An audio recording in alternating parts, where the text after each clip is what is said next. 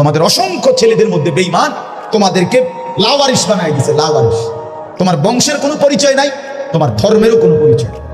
তুমি বাপ হারা, তুমি মা হারা। কারণ তোমার এই চুলের সাথে তোমার বাবা, দাদা, পরদাদা, তোমার গ্রাম, সমাজ, পাড়া, মহল্লা, দেশ, জাতি, কোরআন, সুন্নাহ, আল্লাহ, রসুল, ওলামা, দিনদার কারোর সাথে তোমার এই চুলের কোনো সম্পর্ক নাই। তাহলে তোমারে তো লাওয়ারিস বানায় দিছে। তুমি তো বেওয়ারিস সন্তান, যার কোনো পরিচয় নেই, যার কোনো আত্মমর্যাদা নাই।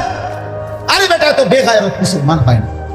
একজন সুস্থ স্বাভাবিক মানুষ, সে তার মাকে চিনে, বাবাকে চিনে, সে তার বংশ চিনে, সে তার পরিবারকে চিনে, সে তার সম্মান বুঝে। আমার আব্বা মসজিদের ইমাম ছিলেন, আমার আব্বা আলেম ছিলেন।